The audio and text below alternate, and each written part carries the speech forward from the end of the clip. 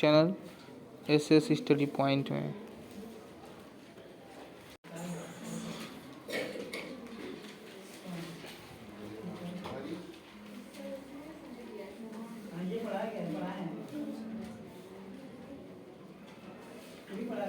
दोस्तों मेरे दिमाग में ये बात बहुत दिन से चल रही थी कि क्यों ना हम सब वाक्य और उसके प्रकार के बारे में पढ़ें। वाक्य और उसके प्रकार के बारे में पढ़ें। यहाँ वाक्य और दोस्तों हम आज आपको एक बात मेरे दिमाग में हमेशा ये चल रही थी कि भाई सबसे बड़े वाक्य और उसके प्रकार के बारे में हम समझें। ये हर एक परीक्षाओं में पूछा जाता है लगभग, चाहे यूपी ट्रिपल एस सीपेट की परीक्षा हो, चाहे उत्तर प्रदेश पुलिस, किसी भी परीक्षा में जिसमें हिंदी आती है, हिंदी ग्रामर आता है, हिंदी व्याकरण आता है, उसमें ये जो वाक्य से रिलेटेड जितने भी प्रश्न हैं वो पूछे जाते हैं। तो दोस्तों आइए आज हम उसी चीज़ को, उसी पोर्शन को कंप्लीट करेंगे। तो आइए आज हम आपको बताते हैं वाक्य और उसके प्रकार के बारे में। तो दोस्तों आइए शुरू करते हैं। सबसे पहले जानते हैं वाक्य के प्रकार के बारे में। वाक्य के प्रकार देखिए, अर्थ के आधार पर जो वाक्य होते हैं, जो अर्थ के आधार पर जो वाक्य होते हैं वो देखिए उसमें एक विधानवाचक वाक्य होता है। विधानवाचक वाक्य क्या होता है कि जिस वाक्य से क्रिया के करने या होने का बोध हो। इसमें सोचने वाली बात है कि जिस वाक्य से क्रिया के करने या होने का बोध हो उसे विधानवाचक वाक्य कहते हैं। उसके बाद दूसरा आपका आता है निषेधवाचक वाक्य। जिस वाक्य में क्रिया न करने या न होने का बोध हो उसे निषेधवाचक वाक्य कहते हैं। जैसे बाहर जाना मना है, मतलब निषेध यानी ना की बात है, जैसे बाहर जाना मना है। तीसरा आप देख सकते हैं प्रश्नवाचक वाक्य। जिस वाक्य में प्रश्न का बोध हो उसे प्रश्नवाचक वाक्य कहते हैं। जैसे तुम क्या कर रहे हो। तीसरा देख लीजिए प्रश्नवाचक, जिसे प्रश्न का बोध हो, जैसे तुम क्या कर रहे हो, मैं क्या कर रहा हूँ, तुमने क्या खाया, तुमने क्या नहीं क्या खाया, तुम क्या पढ़े, तुम कब पढ़े। जिसमें बस प्रश्न का बोध हो वहाँ पर प्रश्नवाचक वाक्य होता है। उसके बाद आपका आता है संदेहवाचक वाक्य। अब संदेह में देखिए संदेह की बात हो, लिखा है जिस वाक्य में संदेह या संभावना का बोध हो उसे संदेहवाचक वाक्य कहते हैं। जिस वाक्य में संदेह या संभावना का बोध हो उसे संदेहवाचक वाक्य कहते हैं। जैसे शायद आज बारिश होगी, शायद आज बारिश होगी, उसे संदेहवाचक वाक्य कहते हैं। उसके बाद आ जाइए पांचवा जो इसका प्रकार है संकेतवाचक वाक्य। अब संकेतवाचक वाक्य क्या है कि जिस वाक्य में एक क्रिया दूसरी क्रिया पर निर्भर होने का संकेत प्राप्त होता है। अब इसको कैसे जानेंगे कि एक क्रिया दूसरी क्रिया पर निर्भर होने का संकेत है। यदि बारिश होती तो पानी की कमी न होती, यदि बारिश होती तो पानी की कमी न होती, यदि मैं वहाँ होता तो उसे कुछ भी न होता, यदि मैं वहाँ होता तो उसे कुछ भी न होता। इसे संकेतवाचक वाक्य कहते हैं। जैसे इसको आप समझ सकते हैं, जैसे कोई रास्ते में आपकी गर्लफ्रेंड जा रही हो, उसको किसी ने छेड़ दिया, लेकिन आज तक गर्लफ्रेंड नहीं, आजकल बॉयफ्रेंड छेड़े जाते हैं। यदि कोई बॉयफ्रेंड जा रहा हो, उसको किसी ने छेड़ दिया, जो गर्लफ्रेंड है उसके दिमाग में ये बात आएगी कि यदि मैं वहाँ होती तो उसको बचा लेती, उसको कुछ भी ना होता।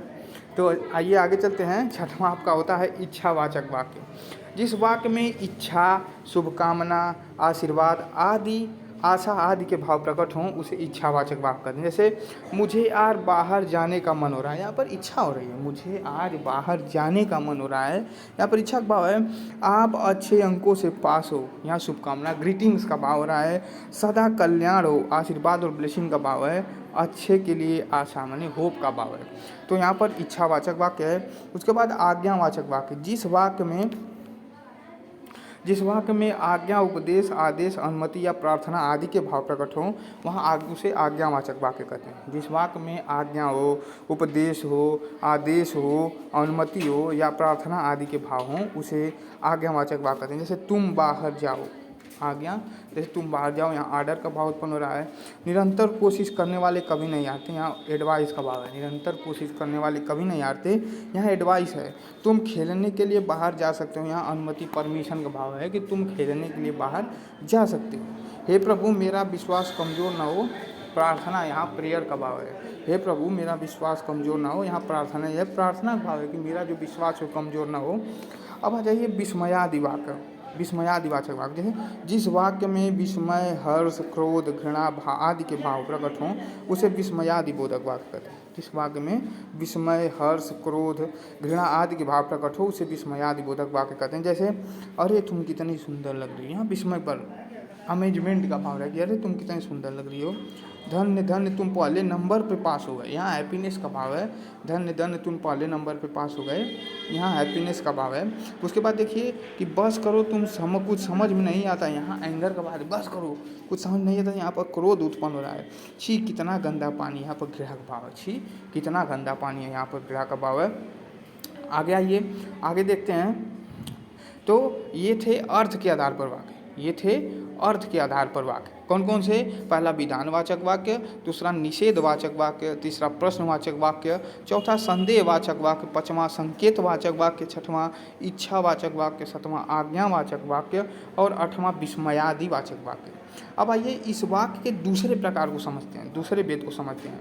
अब देखिए रचना के आधार पर जो वाक्य होते हैं, यह अर्थ के आधार पर था, अर्थ के आधार पर। अब आइए हम रचना के आधार पर समझते हैं, रचना के आधार पर वाक्य क्या होते हैं।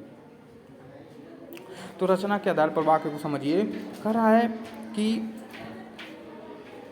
रचना के आधार पर एक होता है सरल वाक्य, एक होता है संयुक्त वाक्य और एक होता है मिश्र वाक्य। सरल वाक्य क्या होता है? जिस वाक्य में एक उद्देश्य और एक विधेय होता है उसे सरल वाक्य कहते हैं। जैसे सोहन खेलता है, इसमें सोहन उद्देश्य है और खेलता है उसका एक विधेय है।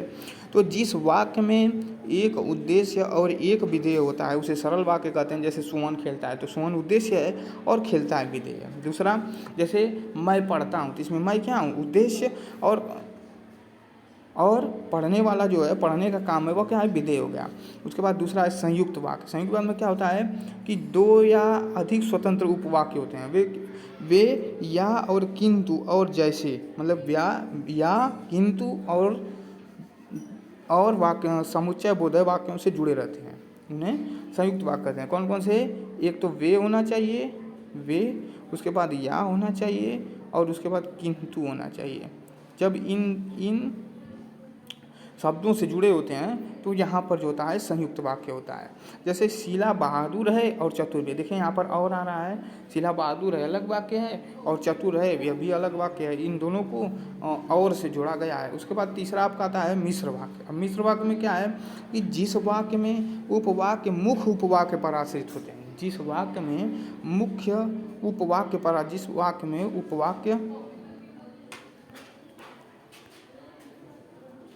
जिस वाक्य में उपवाक्य मुख्य उपवाक्य पर आश्रित होते हैं वे देखिए कि, तथापि, इसलिए, तीन समुच्चय बोधक शब्दों से जुड़े होते हैं। कौन कौन से? कि, तथापि, इसलिए समुच्चय बोधक शब्दों से जुड़े होते हैं। कौन कौन सा होना चाहिए इसमें? कि होना चाहिए, तथापि होना चाहिए, इसलिए होना चाहिए। इसलिए इसे क्या कहेंगे? मिश्र वाक्य कहेंगे। अब इसका उदाहरण आप समझ सकते हैं। कौन? इसका उदाहरण देखिए, इसका उदाहरण देखिए कि मैंने देखा कि पर्दे के पीछे कोई छिपा था। अब देखिए यहाँ पर की आ रहा है, मैंने देखा कि पर्दे के पीछे कोई छिपा था। अब देखिए यहाँ पर की आ रहा है, तो मैंने देखा एक मुख्य उपवाक्य है और पर्दे के पीछे कोई छिपा था ये आश्रित उपवाक्य है। मतलब कि जो की शब्द है इसके द्वारा दो वाक्यों को जोड़ा गया है, इसलिए यहाँ पर मिश्र वाक्य आता है। इस प्रकार दोस्तों मैंने आज आपको बताया कि ये जो वाक्य हैं इनके प्रकार अर्थ के आधार पर और रचना के आधार पर। आगे मैं इसकी एक्सरसाइज आपको दूंगा। यदि मेरी वीडियो पसंद आई हो प्लीज़ लाइक कीजिए वीडियो को, चैनल ज़्यादा से ज़्यादा सब्सक्राइब कीजिए और वीडियो को शेयर कीजिए। बहुत बहुत धन्यवाद।